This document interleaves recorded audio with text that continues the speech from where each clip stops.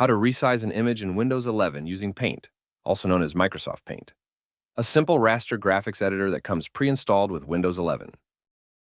Open File Explorer. Go to the image you want to edit. Right-click on the image. Go to Open With. Click Paint. Click the Resize and Skew button located in the Toolbar section. Ensure the Pixels option is selected. Enter the desired width or height. The aspect ratio, proportional relationship between width and height of your image will be correct. For example, if you enter a width, the height will automatically be resized to match the aspect ratio of the image. Click OK.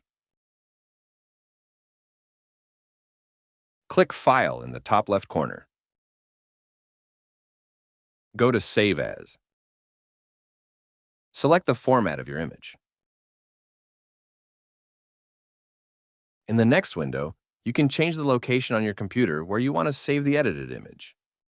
You can edit the file name of the image in the File Name field. Click Save.